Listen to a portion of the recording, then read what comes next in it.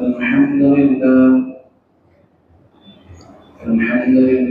نحمده ونستعينه ونستغفره ونؤمن به ونتوكل عليه ونعوذ بالله من شرور أنفسنا ومن سيئات أعمالنا من يهده الله فلا مضل له ومن يضلل فلا هادي له ونشهد أن لا إله إلا الله وحده لا شريك له ونشهد أن سيدنا وسندنا وإمامنا وشفيعنا ومولانا محمدا عبده ورسوله. قال الله تبارك وتعالى في القرآن الكريم: أعوذ بالله من الشيطان الرجيم بسم الله الرحمن الرحيم.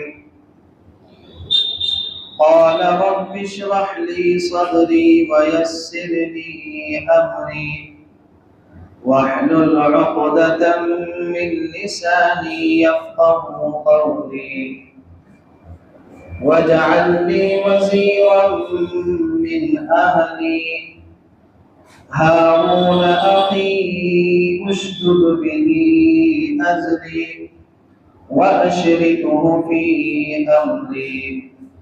صدق الله العلي العظيم. محترم بزرگوں اور عزیز ساتھیوں، گزشتہ رکوع میں یہ بات سامنے آئی تھی کہ حضرت موسیٰ علیہ السلام جب اپنے گھر والوں کے لیے آگ کی تلاش میں نکلے تھے تو کوہ طور پر پہنچ گئے جہاں پر ان کو ایک آگ روشن دکھائی دی. حضرت موسیٰ علیہ السلام جب آگ کے قریب ہوئے تو وہ اللہ رب العزت کی تجلی تھی. اللہ رب العزت نے حضرت موسیٰ علیہ السلام سے کلام کیا اور اسی جگہ پر اللہ نے حضرت موسیٰ علیہ السلام کو نبوت سے سرفراز فرمایا اور دو معجزے اللہ نے حضرت موسیٰ کو عطا فرمائے. ایک عصا کی شکل میں جو زمین پر ڈالتے ہی سانپ بن جاتے ہیں، اور دوسرا معجزہ تھا ید بیضا کہ حضرت موسیٰ اپنا دایاں ہاتھ اپنی بائیں بغل میں جب چھپاتے اور اس کو باہر نکالتے تو وہ دودھ کی طرح سفید روشن چمکدار ہو جایا کرتا. یہ دو معجزے اللہ نے حضرت موسیٰ علیہ السلام کو جب دیے تو اس کے بعد اللہ نے حضرت موسیٰ سے فرمایا اذهب الى فرعون انه طغى کہ اب فرعون کے پاس جاؤ، وہ سرکشی میں حد سے آگے نکل گیا ہے. اللہ نے کہاں بھیجنے کا حکم دیا؟ فرعون کے پاس بھیجنے کا حکم دیا. اب یہ جو آیت ہے کہ فرعون کے پاس جاؤ وہ سرکشی میں حد سے آگے بڑھ گیا ہے، اب اس آیت کو آپ ذہن کے اندر رکھیں اور جب میں حضرت موسیٰ علیہ السلام کا تفصیلی واقعہ بتاؤں گا تو وہاں پر ایک آیت کی ضرورت پڑے گی. مذکور آیت جو میں نے آپ حضرات کے سامنے تلاوت کی یہ حضرت موسیٰ علیہ السلام کی دعا ہے. رب اشرح لي صدري ويسر لي امري واحلل عقدة من لساني يفقهوا قولي. حضرت موسیٰ علیہ السلام کو جو کلام الہی کا شرف حاصل ہوا کہاں پر؟ کوہ طور پر، کہ اللہ نے حضرت موسیٰ سے بات کی اور منصب نبوت اور رسالت ان کو عطا ہو گیا. اللہ نے ان کو وہاں پر کیا بنا دیا؟ نبی بنا دیا. تو حضرت موسیٰ علیہ السلام نے اپنی طاقت پر بھروسہ چھوڑ کر اللہ کی طرف متوجہ ہو گئے اور اللہ کی طرف متوجہ کیسے ہوئے کہ اس عظیم منصب کی ذمہ داریاں اللہ کی مدد کے بغیر پوری نہیں ہو سکتی۔ نبوت کا جو منصب ہے، رسالت کا جو منصب ہے، اس کی ذمہ داریاں اللہ کی مدد کے بغیر پوری نہیں ہو سکتی۔ تو حضرت موسیٰ علیہ السلام نے 5 دعائیں مانگی۔ کتنی دعائیں؟ 5 دعائیں حضرت موسیٰ علیہ السلام نے وہاں پر مانگی۔ سب سے پہلی دعا مانگی رب اشرح لی صدری، اے میرے پروردگار میری خاطر میرا سینہ کھول دیجیے۔ سب سے پہلی دعا کیا مانگی کہ میرے سینے کو کھول دیجیے، کہ میرے سینے میں اتنی وسعت کر دیجیے، اتنا کھول دیجیے کہ میرے سینے کے اندر میرا سینہ جو ہے وہ علوم نبوت کو برداشت کرنے کا متحمل ہو جائے۔ میرے سینے کو اتنا کھول دے کہ میرا سینہ علوم نبوت کو برداشت کر سکے، اور دعوت ایمان کو پہنچانے کے نتیجے میں لوگوں کی طرف سے جو سخت اور سست بات سننے کو ملیں گی اس کو برداشت کرنے کا جو جذبہ ہے وہ میرے سینے کے اندر کیا ہے پیدا کر دی۔ رب اشرح لی صدری، میرے سینے کو کھول۔ 2 اعتبار سے، ایک تو جو وحی کے جو علوم ہے، علوم نبوت ہے، وہ علوم نبوت کو میرا سینہ برداشت کر سکے، ایک تو اس اعتبار سے میرے سینے کو کھول دے۔ اور دعوت دینے کے نتیجے میں جو لوگ مجھے تانے دیں گے، جو لوگ مجھے کڑوی کڑوی باتیں سنائیں گے، میں ان باتوں کو برداشت کر سکوں، میرے سینے کو اس کا کیا بنا دے؟ متحمل بنا دے۔ رب اشرح لی صدری، اے میرے پروردگار میرے سینے کو کھول دیجیے، پہلی دعا۔ دوسری دعا مانگی وَيَسِّرْ لِي أَمْرِي، اور میرے لیے میرے کام کو آسان بنا دیجیے، میرے لیے میرے کام کو آسان بنا دیجیے۔ کہ کسی کام کا مشکل یہ آسان ہونا یہ ظاہری تدبیروں سے نہیں ہوتا، یہ اللہ کی طرف سے عطا ہے جب ہوتا ہے۔ ظاہری انسان کتنی تدبیریں کر لے، کچھ نہیں ہوتا جب تک اللہ کی طرف سے عطیہ آتا۔ اللہ اگر چاہے تو وہ کسی کے لیے مشکل سے مشکل اور بھاری سے بھاری کام کو آسان کر دیتا ہے، اور اگر اللہ نہ چاہے تو آسان سے آسان کام کو بھی وہ مشکل بنا دیتا ہے۔ یہ کس کی طرف سے ہوتا ہے؟ اللہ کی طرف سے۔ ظاہری تدبیروں سے کچھ نہیں ہوتا، آدمی تو تدبیریں کرتا ہے، لیکن اللہ جب تک نہ چاہے تب تک کچھ نہیں ہو سکتا۔ اللہ اگر چاہے تو کتنا مشکل کام دیکھنے میں نظر آ رہا ہو، اللہ اس کو آسانی کے ساتھ گزار دے گا۔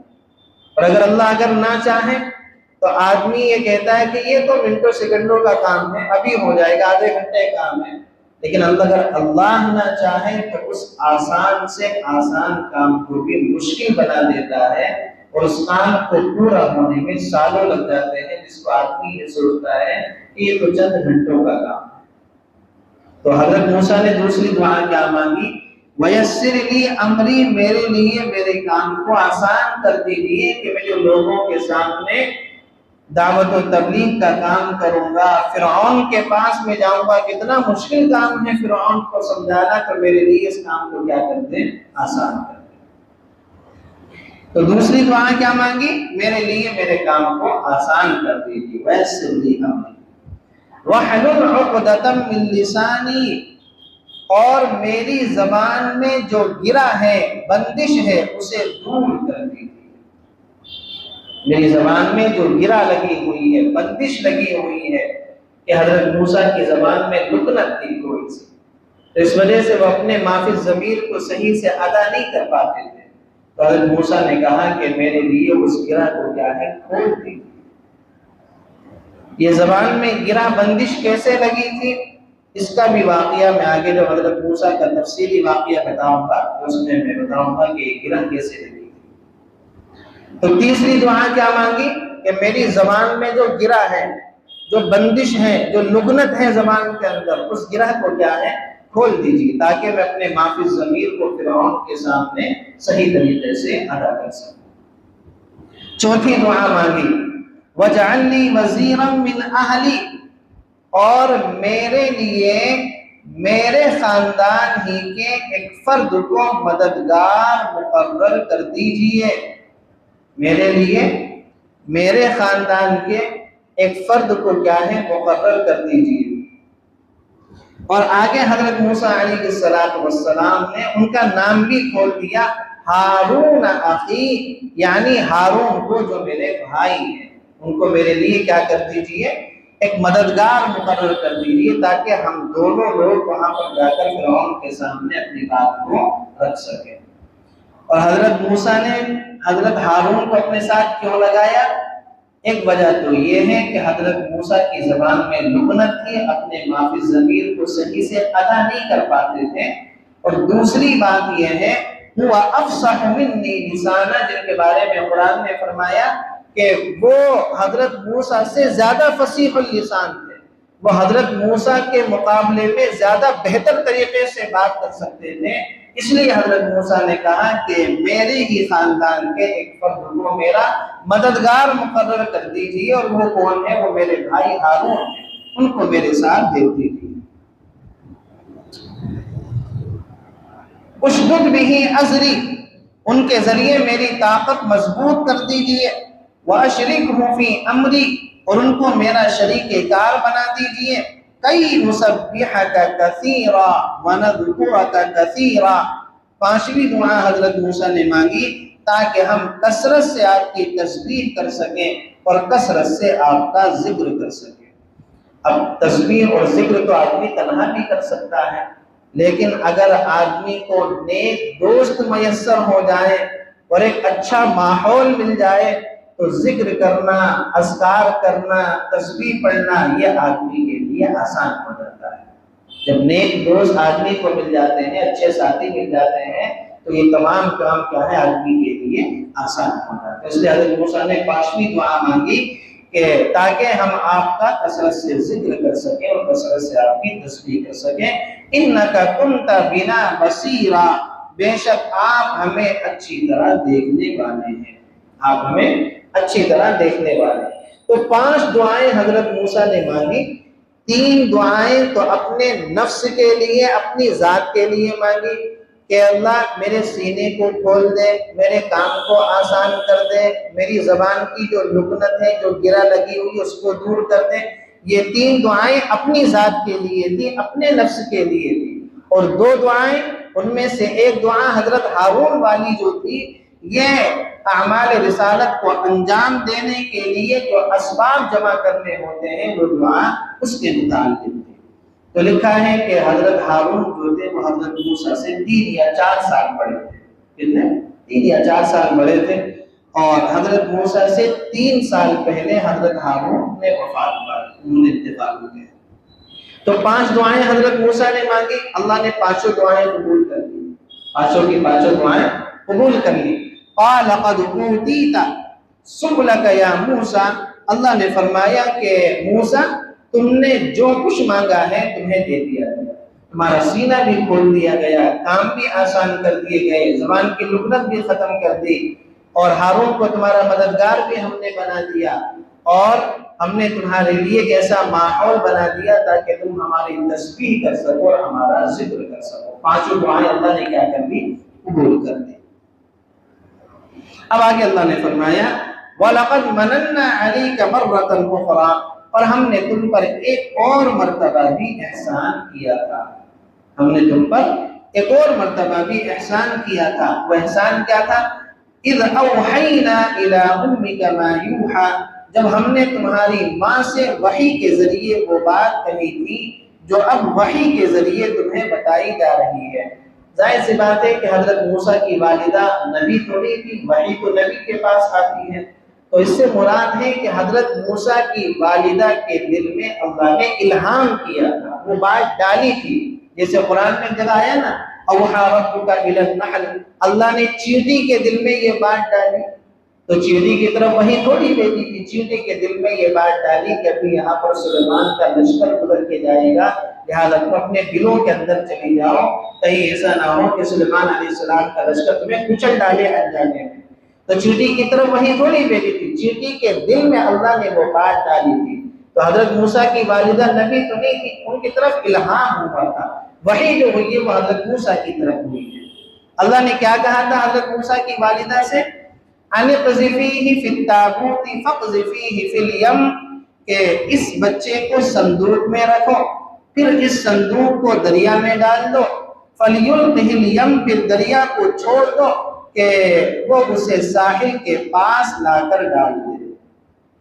حضرت موسیٰ علیہ السلام جب پیدا ہوئے تو اس زمانے میں فرعون بچوں کو قتل کروا رہا تھا، تو اللہ نے حضرت موسیٰ کی والدہ کی طرف یہ وحی بھیجی جب حضرت موسیٰ پیدا ہو گئے کہ گھبرانے کی بات نہیں ہے، حضرت موسیٰ کو ایک صندوق میں بند کر دو، لکڑی کے صندوق میں، اور اس کے بعد جو ہے صندوق کو دریائے نیل کے اندر ڈال دو جو مصر کے اندر ہے، اور اس کے بعد وہ جو صندوق ہے پھر وہ صندوق ہم جانے ہم کس کے حوالے کریں گے، اور وہ آگے اللہ نے فرما دیا بالساحل یأخذہ عدو لی وعدو اللہ، کہ جس کے نتیجے میں ایک ایسا شخص اس بچے کو اٹھا لے گا جو میرا بھی دشمن ہوگا اور اس بچے کا بھی دشمن ہوگا۔ اس صندوق کو کون اٹھائے گا؟ جو میرا بھی دشمن ہے، کہ وہ اپنے آپ کو کیا کہتا ہے؟ انا ربکم الاعلی، کہ میں تو اللہ کا بھی رب ہوں، جو میرا بھی دشمن ہے اس بچے کا بھی دشمن ہے، یعنی کون اٹھائے گا؟ فرعون اس کو اٹھائے گا۔ وَأَلْقَيْتُ عَلَيْكَ مَحَبَّةً مِّنِّي، اور میں نے اپنی طرف سے تم پر ایک محبوبیت نازل کر دی تھی، وَلِتُصْنَعَ عَلَىٰ عَيْنِي، اور یہ سب اس لیے کیا تھا تاکہ تم میری نگرانی میں پرورش پاؤ۔ یہ ہے حضرت موسیٰ پر احسان کہ ہم نے تمہیں دریا میں ڈلوایا، پھر صندوق فرعون کے محل میں پہنچایا، پھر فرعون کے محل میں صندوق پہنچانے کے بعد ہم نے تمہاری محبت کو ان کے دلوں میں ڈال دیا، حضرت آسیہ کے دل میں جو فرعون کی بیوی تھی، اس طرح سے ہم نے تمہاری پرورش کی، تو یہ کیا ہے؟ ہمارا تم پر احسان ہے۔ اذ تمشی اختک فتقول هل ادلکم علی من یکفل فرجعناک الی امک کی تقر عینها ولا تحزن، اس وقت کا تصور کرو جب تمہاری بہن گھر سے چلتی ہے اور فرعون کے کارندوں سے یہ کہتی ہے کہ کیا میں تمہیں اس عورت کا پتہ بتاؤں جو اس بچے کو پالے؟ فرجعناک الی امک کی تقر عینها ولا تحزن، اس طرح ہم نے تمہیں تمہاری ماں کے پاس لوٹا دیا تاکہ اس کی آنکھ ٹھنڈی رہے اور وہ غمگین نہ ہو۔ وَقَتَلْتَ نَفْسًا فَنَجَّيْنَاكَ مِنَ الْغَمِّ وَفَتَنَّاكَ فُتُونًا، اور تم نے ایک شخص کو مار ڈالا تھا، پھر ہم نے تمہیں اس گھٹن سے نجات دی اور تمہیں کئی آزمائشوں سے گزارا۔ اب سنیں پورا واقعہ۔ اللہ نے یہاں پر کیا فرمایا؟ کہ ہم نے تمہیں کئی آزمائشوں سے گزارا۔ کتنی آزمائشوں سے گزارا؟ اب وہ سنیں۔ یہ جو آیا نا وَفَتَنَّاكَ فُتُونًا، حدیث کی کتابوں کے اندر ایک حدیث ہے، اس کا نام ہے حدیث الفتون۔ کیا نام ہے؟ حدیث الفتون، بڑی لمبی حدیث ہے۔ حضرت سعید بن جبیر کہتے ہیں کہ میں حضرت عبداللہ ابن عباس کی خدمت میں گیا اس آیت کے بارے میں، اس آیت میں جو اللہ نے کہا ہے نا کہ ہم نے تمہیں کئی آزمائشوں سے گزارا، اس کا مطلب کیا ہے؟ تو حضرت عبداللہ ابن عباس نے کہا کہ یہ واقعہ بڑا طویل ہے، صبح آنا، اب نہیں بتا سکتا، صبح آنا تو میں تمہیں وہ واقعہ بتاؤں گا۔ چنانچہ حضرت سعید بن جبیر حضرت عبداللہ ابن عباس جو سب سے بڑے قرآن کے مفسر تھے ان کی خدمت میں گئے کہ اب بتاؤ وہ حدیث الفتون کیا ہے، کہ اللہ نے جو قرآن میں کہا کہ ہم نے تمہیں کئی آزمائشوں سے گزارا، وہ کون کون سی آزمائشیں؟ تو حضرت عبداللہ ابن عباس نے بتایا کہ سنو کیا تھا۔ ایک مرتبہ فرعون جو تھا وہ اپنے محل کے اندر صبح سویرے بیٹھا ہوا تھا، مجلس لگی ہوئی تھی، تو فرعون نے یہ کہا کہ اللہ نے حضرت ابراہیم سے یہ وعدہ کیا ہے کہ ہم تمہاری اولاد میں انبیاء اور بادشاہ کو پیدا کریں گے، تو انبیاء تو بہت سارے پیدا ہو گئے، بادشاہ کون ہوگا؟ حضرت ابراہیم کی اولاد میں۔ یہ فرعون آپس میں بیٹھ کر تذکرہ کرتا ہے، تو لوگوں نے کہا کہ انبیاء تو بہت سارے پیدا ہو گئے، بادشاہ بھی پیدا ہو گئے، کہا کہ کون؟ کہا کہ یوسف علیہ السلام، مصر کے بادشاہ بن گئے تھے نا یوسف کے، بادشاہ بھی تو پیدا ہو گئے۔ کہا کہ نہ، ابھی بادشاہ پیدا نہیں ہوئے، ابھی بادشاہ کوئی نہ کوئی پیدا ہوگا، کہ کیا کرنا چاہیے؟ تو فرعون نے کہا کہ بنی اسرائیل میں حضرت ابراہیم کے بیٹے حضرت اسحاق کا نام اسرائیل بھی تھا، اور حضرت اسحاق کی ساری اولاد کو بنی اسرائیل کہا جاتا ہے۔ فرعون نے یہ حکم دے دیا بنی اسرائیل میں جو لڑکا پیدا ہو اس کو قتل کر دیا جائے۔ کیوں؟ کہ کہیں ایسا نہ ہو کہ اللہ نے جو کہا ہے کہ ہم تمہاری اولاد میں بادشاہ پیدا کریں گے، کہیں ایسا نہ ہو کہ وہ بادشاہ پیدا ہو جائے میری حکومت سلطنت کو ختم کر دے۔ تو فرعون نے یہ کہا کہ بنی اسرائیل میں جو لڑکا پیدا ہو اس کو قتل کر دیا جائے۔ اس طریقے سے وہ لڑکوں کو ذبح کرواتا رہا، لڑکیوں کو چھوڑ دیا، لڑکوں کو ذبح کرواتا رہا۔ اب کچھ عرصے پر یہ سلسلہ چلا کہ لڑکے قتل ہو رہے ہیں، ذبح ہو رہے ہیں، اور فرعون کے جو سپاہی ہیں وہ لڑکوں کو چھریوں سے ذبح کر رہے، جیسی پیدا ہوا فوراً ذبح کر دیا۔ بعد میں فرعون کو اس کے لوگوں کو یہ ہوش آیا اگر ہم سارے لڑکے ختم کر دیں گے تو آگے جانے کے بعد ہماری خدمتیں کون کرے گا؟ یہ بنی اسرائیل میں جتنے بوڑھے یہ تو ایک دن ختم ہو جائیں گے ہلکے ہلکے، تو جوان تو کوئی پیدا ہوگا نہیں۔ جب ہم بچوں کو قتل کر دیں گے تو آگے جانے کے بعد ہماری خدمت ہی کون کرے گا؟ ہمارے جانوروں کو کون چرائے گا؟ ہمارے گھروں کے کام کون کرے گا؟ گھروں کے پانی کون بھر کے دے گا؟ یہ ساری ہماری خدمت ہی کون کرے گا؟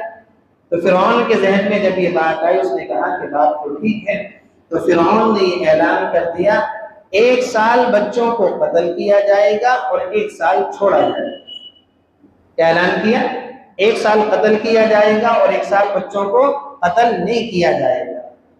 اللہ کا کرنا دیکھیے کہ حضرت ہارون جو حضرت موسیٰ سے میں نے بتایا نا 3 یا 4 سال بڑے تھے، وہ پیدا ہوئے اس سال جو چھوٹ کا سال تھا، جس سال لڑکے قتل نہیں ہو رہے تھے، حضرت ہارون اس سال پیدا ہوئے، اور حضرت موسیٰ پیدا ہوئے اس سال جس سال قتل کرنے کا حکم نکلا ہوا تھا۔ حضرت موسیٰ کس سال پیدا ہوئے؟ جس سال قتل کرنے کا حکم نکلا ہوا تھا، جو قتل کرنے کا سال تھا۔ تو حضرت موسیٰ کی والدہ کو تو بڑا اس پر رنج ہوا کہ یہ جو بچہ میرے پیٹ کے اندر ہے یہ تو اس سال پیدا ہونے والا ہے جو قتل ہونے والا سال ہے۔ تو حضرت موسیٰ کی والدہ کو اس طرف جو ہے بڑی توجہ ہوئی اور بڑی فکر ہوئی کہ کہیں ایسا نہ ہو کہ آنے سے پہلے ہی اس کو قتل کر دیا جائے۔ تو یہ سب سے پہلی آزمائش کہ ابھی دنیا میں آئے نہیں ہیں، ان کے قتل کا منصوبہ تیار ہو چکا تھا کہ اس سال بچہ قتل یہ پیدا ہوں گے اور اس سال چکر کو قتل کر دیا جائے گا۔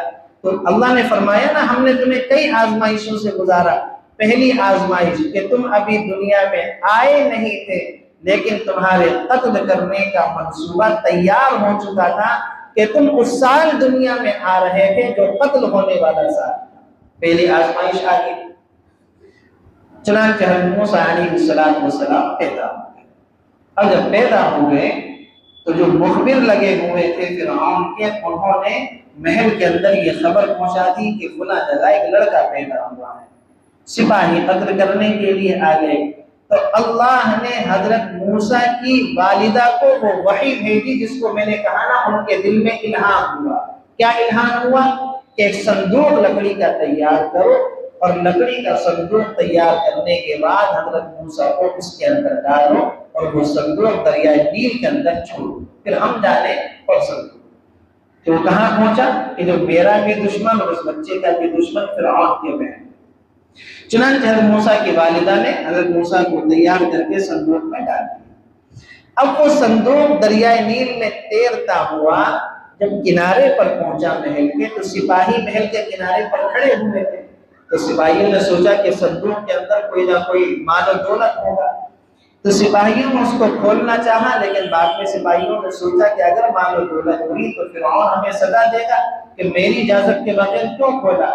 تو سپاہی اس صندوق کو اٹھا کر فرعون کے محل میں لے گئے جہاں پر فرعون کی بیوی آسیہ موجود تھی۔ آسیہ نے جب وہ صندوق کھولا اور صندوق کے اندر اتنا حسین و جمیل اور خوبصورت بچہ دیکھا تو تو حضرت آسیہ کے دل میں تو محبت پیدا ہو گئی. وَأَلْقَيْتُ عَلَيْكَ مَحَبَّةً مِّنِّي، اللہ نے فرمایا نا پیچھے کہ ہم نے تمہاری محبت کو ان کے دلوں میں ڈال دیا. تو حضرت آسیہ کے دل میں تو محبت پیدا ہو گئی حضرت موسیٰ کی. تو اب وہ جو سپاہی تھے وہ چھری لے کر آ گئے کہ بچہ ہمارے حوالے کرو، ہم اس کو قتل کریں. یہ تو لڑکا ہے نا، اور اس سال پیدا ہوا جو قتل ہونے والا سال تھا، کہ اس کو ہمارے حوالے کرو، ہم اس کو قتل کریں گے. تو آسیہ نے کہا کہ ایسا ہے، یہ جو لڑکا ہے یہ بنی اسرائیل کی کوئی قوت میں اضافے کا سبب تو نہیں بنے گا. ایک لڑکا جو ہے فرعون کی حکومت کو ختم کر دے. ذرا رکو، میں فرعون کے پاس ہو کر آتی ہوں، اگر وہ کہے گا تو قتل کر دینا، اور اگر وہ اس کو چھوٹ دے دے گا تو پھر اس کو قتل نہیں کیا جائے گا. یہ ہے دوسری آزمائش. یہ ہے دوسری آزمائش کے سپاہی چھریاں لے کر آ چکے تھے قتل کرنے کے لیے، اور وجہ بھی موجود تھی کہ اس سال پیدا ہوئے جس سال لڑکے قتل ہو رہے تھے. لیکن اللہ رب العزت نے انتظام کیا کہ حضرت آسیہ کے دل میں یہ بات ڈالی کہ میں فرعون کے پاس جاتا ہوں. تو دوسری آزمائش کہ حضرت موسیٰ کو اللہ نے وہاں سے بچایا. اب آسیہ جو ہے وہ فرعون کے پاس گئی، اور فرعون کے پاس جانے کے بعد کہنے لگی کہ دیکھو یہ لڑکا ہے جو ہمیں صندوق سے نکلا ہے، اتنا خوبصورت ہے، ابھی جو لڑکا ہے اس سے کوئی بنی اسرائیل کی طاقت تھوڑی بڑھ جائے گی ایک لڑکے سے، لہذا ہم جو ہے اس بچے کو پالیں گے، اور میں تمہارے پاس اس لیے آئی ہوں کہ تم اس بچے کی جان بخش کرو، اس بچے کی جان بخش. اور آسیہ نے ایک بات کہی، جب بچہ لے کے گئی نا فرعون کے پاس حضرت موسیٰ، کہنے لگی کہ دیکھو یہ میری اور تمہاری آنکھوں کی ٹھنڈک ہے. آسیہ کیا بولی؟ یہ میری اور تمہاری آنکھوں کی ٹھنڈک ہے. تو فرعون کیا بولا؟ تیری آنکھوں کی ٹھنڈک ہوگا، میری آنکھوں کی ٹھنڈک نہیں. فرعون کیا بولا؟ تیری آنکھوں کی ٹھنڈک ہوگا، میری آنکھوں کی ٹھنڈک نہیں ہے. حضرت عبداللہ ابن عباس جو یہ حدیث بیان کر رہے ہیں، حدیث الفتون، سعید بن جبیر سے کہتے ہیں جناب رسول اللہ صلی اللہ علیہ وسلم نے فرمایا اس وقت اگر فرعون اپنی زبان سے کہہ دیتا کہ بچہ تیری بھی آنکھوں کی ٹھنڈک ہے، میری بھی آنکھوں کی ٹھنڈک ہے، تو جیسے اللہ نے آسیہ کو ہدایت دے دی ایسے اللہ فرعون کو بھی ہدایت دے دی. اگر اس وقت فرعون کی زبان سے جملہ نکل جاتا. کون سا جملہ؟ کہ جیسے یہ تیری آنکھ کی ٹھنڈک ایسے میری آنکھ کی ٹھنڈک. اللہ کے نبی نے کیا فرمایا؟ بعد میں آسیہ نے ایمان قبول کر لیا تھا کہ اس جملے کی برکت سے جیسے اللہ نے ہدایت حضرت آسیہ کے مقدر میں لکھ دی، فرعون کے مقدر میں بھی اللہ ہدایت کو لکھ دیتا. چنانچہ فرعون نے کہا کہ تیری آنکھ کی ٹھنڈک ہوگا، میری آنکھ کی ٹھنڈک نہیں، تو جا، چل میں نے اس کی جان بخشی کر. اب حضرت آسیہ جو ہے اس بچے کو لے کر حضرت موسیٰ علیہ السلام کو لے کر سپاہیوں کے پاس آئے اور کہا کہ فرعون نے اس کی جان بخش دی، تم اس کو نہیں مار سکتے، تم اس کو نہیں قتل کر سکتے. تو سپاہی وہاں سے چلے گئے. اب حضرت موسیٰ علیہ السلام کو بھوک لگی تو رونے لگے. اب جو آسیہ تھی فرعون کی بیوی، اس نے عورتوں کو بلایا جو محل کے اندر پہنچی تھی، بچے کو دودھ پلاؤ. لیکن حضرت موسیٰ علیہ السلام تو چونکہ نبی بننے والے تھے، کوئی معمولی بچے تو تھے نہیں، تو حضرت موسیٰ نے کسی کی چھاتی کو قبول نہیں کیا. ادھر جو والدہ نے اپنے بچے کو صندوق میں ڈال دیا تھا اور پتہ نہیں چلا کہ کیا ہوا بچے کا، تو انہوں نے اپنی بیٹی سے کہا، حضرت موسیٰ کی بہن سے، جا کے دیکھو تو کیا ہوا جو ہم نے اپنے تمہارے بھائی کو ہم نے صندوق میں ڈالا تھا، ذرا جا کے تلاش کرو کیا معاملہ ہے. تو یہ حضرت موسیٰ کی جو بہن تھی وہ محل کے اندر پہنچ گئی جہاں پر ساری بھیڑ لگی ہوئی تھی. کہا کہ کیا معاملہ؟ کہا کہ بچہ کسی کا دودھ نہیں پی رہا. بہن کو تو پتا تھا کہ اصل معاملہ کیا ہے. تو بہن کہنے لگی میں ایک عورت کے بارے میں بتاؤں، ہو سکتا ہے کہ بچہ اس کی چھاتی کو قبول کر لے. تو سپاہیوں کو شک ہو گیا کہ اس کا مطلب اس لڑکی کا اس بچے سے کوئی نہ کوئی تعلق ہے، اس لڑکی کا بچے سے کوئی نہ کوئی تعلق ہے، اس کی رشتہ دار ہے. تو سپاہی جو ہیں وہ اس لڑکی پر پھر حضرت موسیٰ کی بہن پر شک کرنے لگے اور وہ حضرت موسیٰ کی بہن کو قتل کرنے کا ارادہ کرنے لگے. تو اللہ رب العزت نے وہاں سے حضرت موسیٰ کو پھر بچایا. یہ تیسری آزمائش. حضرت موسیٰ علیہ السلام کا جو راز تھا وہ کھلنے والا تھا، اللہ نے اس راز کو کھلنے نہیں دیا کہ جو بہن کی طرف سے شک پڑ گیا تھا حضرت عبداللہ ابن عباس نے فرمایا کہ یہ تیسری آزمائش کا واقعہ۔ تو حضرت آسیہ نے کہا کہ اچھا بتاؤ کون عورت ہے؟ کہا کہ فلاں محلے کے اندر رہتی ہے، ہو سکتا ہے کہ بچہ اس کی چھاتی کو قبول کر لے۔ آسیہ نے کہا کہ فوراً بلا کے لے کر آؤ۔ حضرت موسیٰ کی والدہ آئی۔ حضرت موسیٰ کی والدہ نے جب اپنے بچے کو دیکھا، اور کافی ٹائم گزر گیا تھا نا بچے کو ماں سے جدا ہوئے، وقت گزر گیا تھا، تو ایک دم سے جو ماں کی مامتا ہوتی ہے نا وہ جاگی۔ اور یہ واقعہ اللہ نے سورۃ القصص کے اندر بیان فرمایا کہ راز سارا کھلنے ہی والا تھا، ہم نے ایک دم سے موسیٰ کی جو ماں تھی ان کے دل سے محبت کے جذبے کو ایک دم کھینچ لیا، ورنہ سارا کا سارا راز کھلنے والا تھا۔ تڑپنے لگی اپنے بچے کو دیکھ کر۔ اللہ نے جو ماں کی محبت کا جذبہ ہر ایک کے دل میں رکھا نا، عورت کے دل میں، وہ جذبہ اللہ نے فوراً ایک دم کھینچ لیا۔ وہ سورۃ القصص کے اندر اللہ نے بیان فرمایا۔ تو بچے کو دیکھ کر حضرت موسیٰ کی والدہ ایسے ہو گئی جیسے بچے کو جانتی ہی نہ ہو۔ آسیہ کہنے لگی تم بچے کو دودھ پلاؤ گی؟ ہاں پلا دوں گی۔ تو جیسی حضرت موسیٰ کی والدہ نے حضرت موسیٰ کو اپنی چھاتی سے لگایا، حضرت موسیٰ نے دودھ پینا شروع کر دیا۔ تو کہا فرعون کی بیوی نے کہ اس بچے کو تم آ کر روزانہ دودھ پلا دیا کرو۔ کہا کہ میں کہاں روزانہ آؤں گی، میرے لیے آنا بڑا مشکل ہوگا، بڑی پریشانی ہوگی۔ یہ بات ماں کہہ رہی ہے، اور کیوں کہہ رہی ہے؟ وہ جو جذبہ تھا نا وہ اللہ نے کھینچ لیا، اس لیے بڑی بے اعتنائی کے ساتھ بات کر رہی ہے کہ میں کہاں روزانہ آؤں گی اور میرے لیے آنا بڑا مشکل ہوگا۔ تو آسیہ نے کہا کہ ٹھیک ہے، اس بچے کو تم اپنے گھر پر رکھ لو تو چلے گا؟ کہا کہ ہاں ٹھیک ہے، اگر اس بچے کو میں گھر پر لے جاؤں گی تو دودھ پلا دوں گی، میں بچے کی حفاظت بھی کروں گی۔ تو اس طریقے سے اللہ رب العزت نے موسیٰ علیہ السلام کو واپس ان کی والدہ کے پاس پہنچا دیا، فرعون کے محل سے نکال دیا۔ اب کیا ہوا کہ حضرت موسیٰ کی والدہ نے دودھ پلانا شروع کر دیا، اور موسیٰ علیہ السلام کی دودھ کی جو مدت تھی وہ پوری ہونے والی تھی۔ تو آسیہ نے کہا کہ حضرت موسیٰ کی والدہ سے کہ ذرا بچے کو لے کر آؤ محل میں، ہم دیکھنا چاہتے ہیں کہ بچہ کس کنڈیشن میں ہے۔ اب حضرت موسیٰ علیہ السلام جب محل میں گئے تو حضرت آسیہ حضرت موسیٰ کو لے کر پھر فرعون کے پاس گئے، کہا کہ دیکھو بچہ کتنا بڑا ہو گیا، کتنا خوبصورت ہے۔ وہ لکھا ہے کتابوں میں، جو میں نے کہا تھا نا کہ وہ زبان میں گرہ کیسے لگی تھی۔ جیسے ہی فرعون نے حضرت موسیٰ کو گود میں لیا، حضرت موسیٰ نے فرعون کی داڑھی ایک ہاتھ سے پکڑی اور نیچے جھکا جو ایک تھپڑ کھینچ کے لگا۔ یہ کب ہے؟ یہ جب کا واقعہ ہے کہ حضرت موسیٰ کی ابھی دودھ کی مدت بھی پوری نہیں ہوئی ہے کہ داڑھی پکڑی ایک ہاتھ سے حضرت موسیٰ نے اور ایک تھپڑ فرعون کے کھینچ کے لگا۔ فرعون کہنے لگا یہ وہی بچہ ہے جو آگے جانے کے بعد میری سلطنت کو ختم کرے گا۔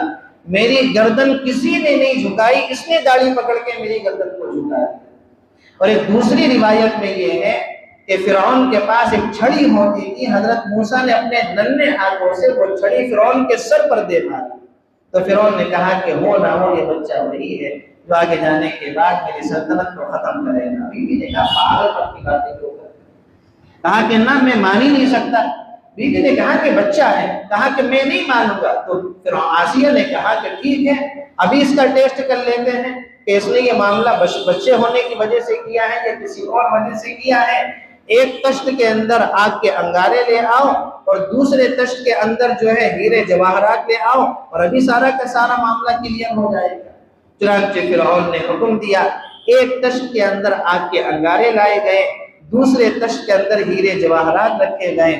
اب چونکہ حضرت موسیٰ علیہ السلام کے معمولی بچے تو تھے نہیں، آگے جانے کے بعد نبوت کا جو صحرا تھا وہ سر پر سجدہ تھا، تو حضرت موسیٰ علیہ السلام جواہرات کی طرف متوجہ ہوئے اور انہوں نے اپنا ہاتھ جواہرات کی طرف بڑھایا تو حضرت جبرائیل علیہ السلام نے حضرت موسیٰ کا ہاتھ پکڑ کر آگ کی طرف ڈال دیا۔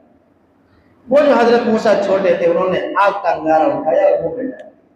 وہاں سے ان کی زبان میں نفرت پیدا ہوئی، وہاں سے ان کی زبان میں تکلیف پیدا ہوئی۔ حضرت موسیٰ کے جو آئیے نہ پیچھے دعا وَحْلُلْ عُقْدَةً مِّن لِّسَانِي کہ میری زبان کی گرہ کو بندش کو کھول دیتی ہے۔ یہ گرہ تب لگی تھی کہ حضرت موسیٰ علیہ السلام نے آگ کا انگارہ اپنے منہ کے اندر ڈال دیا۔ چنانچہ جب آگ کا انگارہ اپنے منہ کے اندر ڈال لیا تو فرعون کو یقین ہو گیا کہ یہ عمل اس بچے نے فرعون کی داڑھی پکڑ کے جو تھپڑ مارا تھا نا، کہ یہ جو عمل ہے یہ عمل بچے نے شرارت کی وجہ سے نہیں کیا بلکہ بے خبری کی وجہ سے کیا ہے۔ تو فرعون کو یقین ہو گیا، فرعون نے موسیٰ کو چھوڑ دیا۔ یہ ہے چوتھی آزمائش، یہ ہے چوتھی آزمائش کہ فرعون قتل کرنے والا تھا، اس کو شک ہو گیا تھا کہ یہ وہی بچہ ہے جو میری حکومت ختم کرے گا، لیکن اللہ رب العزت نے ایسے انتظامات فرما دیے کہ موسیٰ علیہ السلام کو بچا لیا۔ حضرت عبداللہ ابن عباس نے فرمایا کہ یہ ہے آزمائش کا چوتھا واقعہ۔ اب کیا ہوا؟ حضرت موسیٰ علیہ السلام واپس اپنی والدہ کے ساتھ چلے گئے اور شاہانہ اعزاز و اکرام اور شاہانہ خرچے پر اپنی زندگی بسر کرنے لگے۔ خرچہ کون دے رہا تھا؟ فرعون دے رہا تھا، اور موسیٰ علیہ السلام اس شاہانہ خرچے پر کیا ہو گئے؟ بڑے ہوئے۔ چنانچہ پرورش پاتے رہے، جوان ہو گئے، اور جوان ہونے کے بعد ایک مرتبہ حضرت موسیٰ علیہ السلام ایک راستے سے گزر کر جا رہے تھے، تو حضرت موسیٰ نے دیکھا کہ دو لوگوں میں لڑائی ہو رہی، ایک ہے اسرائیلی اور ایک ہے فرعونی، دونوں میں لڑائی ہو رہی ہے۔ حضرت موسیٰ نے دونوں میں بیچ بچاؤ کرنا چاہا تو فرعونی جو تھا وہ حضرت موسیٰ پر غصہ ہو گیا۔ حضرت موسیٰ نے ایک مکہ اس کے جو مارا زور سے، نبوت کا مکہ تھا، معمولی غیر معمولی آدمی تو تھے نہیں حضرت موسیٰ۔ آگے جانے کے بعد جیسے باقی آپ نے سنا ہوگا کہ ملک الموت حضرت موسیٰ کے پاس آیا تھا کہ چلیے، کہ کہاں چلیے، ایک تھپڑ مارا تھا حضرت موسیٰ نے تو ملک الموت کی آنکھ نکال دی تھی، مکہ مارا، فرعونی مر گیا، فرعونی مر گیا، لیکن اس واقعے کو کسی نے نہیں دیکھا تھا، اس مکے کو مارتے ہوئے کسی نے نہیں دیکھا تھا۔ حضرت موسیٰ علیہ السلام کو بڑا افسوس ہوا بعد میں، اور بعد میں کہنے لگے ھذا من عمل الشیطان، کہ یہ اس سے ہوا ہے، شیطان کی وجہ سے ہوا ہے۔ پھر بعد میں اللہ سے دعائیں کرنے لگے، رب انی ظلمت نفسی فاغفر لی، فغفر لی، کہ اللہ میں نے یہ جو مجھ سے عمل ہوا ہے، میں نے اپنی جان پر ظلم کیا، مجھے معاف کر دیجیے۔ چنانچہ ابھی اس واقعے کو ایک دن میں نہیں گزرا تھا، حضرت موسیٰ بڑے نادم تھے، شرمندہ تھے، جوان ہو چکے تھے، اور ایک فرعونی کو اپنے مکے سے مار چکے تھے۔ ابھی ایک دن میں نہیں ہوا تھا، دوسرا دن جب ہوا تو حضرت موسیٰ نے پھر دیکھا کہ وہ جو اسرائیلی تھا اب وہ کسی دوسرے فرعونی سے لڑ رہا تھا۔ تو حضرت موسیٰ سوچنے لگے یہ کل بھی کسی سے لڑ رہا تھا، آج بھی کسی سے لڑ رہا ہے۔ تو حضرت موسیٰ علیہ السلام نے سوچا کہ شاید یہ جھگڑالو آدمی، یہ جو اسرائیلی ہے یہ جھگڑالو آدمی ہے۔ تو حضرت موسیٰ اس سے کہنے لگے بھئی تم کل بھی لڑائی کر رہے ہیں تو آج بھی لڑائی کر رہے ہو۔ اچھا، مکہ مارنے کا واقعہ جو قتل ہوا تھا، کس نے مکہ مارا ابھی تک کسی کو نہیں پتا، اس لیے کہ جس کے مارا تھا وہ تو مر گیا، دیکھا کسی نے نہیں، اور اسرائیلی نے بھی کسی کو نہیں بتایا تھا۔ وہ اسرائیلی نے جب دیکھا کہ حضرت موسیٰ کل کی طرح غصہ ہے اور کہیں ایسا نہ ہو کہ آج مکہ میرے لگ جائے، تو اسرائیلی وہ کہنے لگا کہ کیا تم مجھے آج قتل کرنا چاہتے ہو جیسے تم نے کل اس کو قتل کیا تھا؟ اب گواہ مل گیا، اب گواہ مل گیا۔ فرعون کے محل تک بات پہنچ گئی کہ وہ جو کل مکے سے ایک آدمی مرا تھا وہ مکہ حضرت موسیٰ نے مارا، مکہ کس نے مارا تھا؟ موسیٰ نے مارا تھا، اور راز بھی کس نے کھولا؟ جس کی وجہ سے حضرت موسیٰ علیہ السلام نے حمایت لی تھی، راز اسی نے کھول دیا کہ کیا تم مجھے کل اسی کی طرح مارنا چاہتے ہو جیسے تم نے کل اس کو قتل کیا تھا۔ چنانچہ اب فرعون کی طرف سے سپاہیوں کو بھیج دیا گیا کہ موسیٰ جہاں بھی ملے فوراً پکڑ کر لے گا۔ چپا چپا تلاش کیا گیا، پورے شہر کے اندر چھان بین ہوتی رہی، اور حضرت موسیٰ علیہ السلام کو اللہ نے فرمایا کہ سیدھے یہاں سے مدین چلے جاؤ۔ کہاں چلے جاؤ؟ مدین چلے جاؤ۔ یہ ہے آزمائش کا پانچواں واقعہ، آزمائش کا پانچواں واقعہ کہ فرعون نے قتل کرنے کا حکم دے دیا تھا، اللہ رب العزت نے اس ماحول سے نکال کر حضرت موسیٰ کو کہاں پہنچا دیا؟ مدین پہنچا دیا۔ اب مدین میں پہنچنے کے بعد وہ بھی بڑی لمبی کہانی ہے۔ حضرت موسیٰ علیہ السلام مدین پہنچے، مدین جب پہنچے تو دیکھا کہ ایک کنواں ہے، کنویں پر ایک لمبی لائن لگی ہوئی ہے، لوگ اپنے اپنے جانوروں کو پانی پلا رہے ہیں، اپنے اپنے برتنوں کو بھر رہے ہیں، دو لڑکیاں ہیں ایک سائیڈ میں کھڑی ہوئی ہیں۔ حضرت موسیٰ گئے، انہوں نے کنویں سے پانی نکالا، وہ جو لڑکیاں تھیں ان کی بکریوں کو بھی پانی پلا دیا، ان کے برتنوں کو بھی بھر دیا۔ یہ دونوں بچیاں اپنے گھر گئیں، حضرت شعیب کی بیٹیاں تھیں، حضرت شعیب بھی نبی تھے، کہنے لگی کہ ہم نے آج ایک نوجوان کو دیکھا ہے جو طاقتور بھی ہے اور امانت دار بھی ہے۔ تو حضرت شعیب نے پوچھا کہ تمہیں کیسے پتا کہ وہ طاقتور بھی ہے اور امانت دار بھی ہے؟ تو بیٹیوں نے کہا کہ امانت دار تو ایسے ہیں کہ جب تک ہم نے ان سے بات کی انہوں نے اپنی نگاہوں کو نیچے جھکائے رکھا، اور طاقتور ایسے ہیں کہ انہوں نے چند منٹوں میں کنویں کا پانی نکال کر ہماری بکریوں کو بھی پلا دیا اور ہمارے سارے برتن بھی بھر دیے۔ تو حضرت شعیب نے کہا کہ بلا کر لے کر آؤ اس نوجوان کو۔ تو حضرت موسیٰ اس طریقے سے حضرت شعیب کے گھر پر پہنچ گئے۔ حضرت شعیب کے گھر جب پہنچ گئے تو حضرت شعیب کی 2 بیٹیاں تھیں، تو حضرت شعیب نے اپنی ایک بیٹی کا نکاح حضرت موسیٰ سے کر دیا۔ جب نکاح ہو گیا تو حضرت شعیب نے کہا کہ مہر یہ ہوگا کہ تم ہماری 8 سال تک بکریوں کو جنگل میں چراؤ گے، یہ مہر ہوگا، اور اگر 10 سال تک چرا دو گے تو یہ تمہارے لیے احسان، تمہارا ہم پر احسان ہوگا، یعنی 2 سال اگر اور اضافہ کر دو گے۔ حضرت موسیٰ نے 8 سال بکریاں چرائی، پھر 2 سال اور چرائی، 10 سال بکریاں چرانے کے بعد حضرت موسیٰ اپنی بیوی کو لے کر وہاں سے چلے۔ کہاں چلے؟ اپنی والدہ اپنی بہن سے ملاقات کرنے کے لیے، چونکہ 10 سال کا عرصہ گزر گیا تھا ملاقات ہوئی۔ تو جب وہ اپنی بیوی کو لے کر چلے تو بیوی حاملہ تھی، سردی کا زمانہ تھا، آگ کی ضرورت تھی، تو حضرت موسیٰ آگ کی تلاش میں کوہ طور پر پہنچے۔ وہاں پر اللہ سے ملاقات ہوئی، اللہ سے بات ہوئی، اور وہاں پر حضرت موسیٰ کو نبی بنایا گیا۔ وہاں اللہ نے حضرت موسیٰ کو 2 معجزے دیے، پھر اللہ نے وہاں پر کہا کہ اب فرعون کے پاس جاؤ۔ مل گئی دونوں کی دونوں کری۔ اس طریقے سے یہ واقعہ ہوا کہ کوہ طور پر آپ کو نبوت دی گئی، اور وہاں پر آپ کو 2 معجزے دیے گئے، ایک چھڑی کا معجزہ، ایک ید بیضا کا معجزہ۔ وہاں حضرت موسیٰ سے اللہ نے کہا کہ فرعون کے پاس جاؤ، تو حضرت موسیٰ نے وہاں پر یہ دعائیں مانگی تھی، رب اشرح لی صدری ویسر لی امری واحلل عقدۃ من لسانی، اور وہاں پر حضرت موسیٰ نے کہا تھا کہ میرے ساتھ حضرت ہارون کو بھی بھیج دیجیے۔ اس طریقے سے یہ واقعہ ہوا تھا۔ چنانچہ حضرت ہارون حضرت موسیٰ فرعون کے محل میں پہنچ گئے۔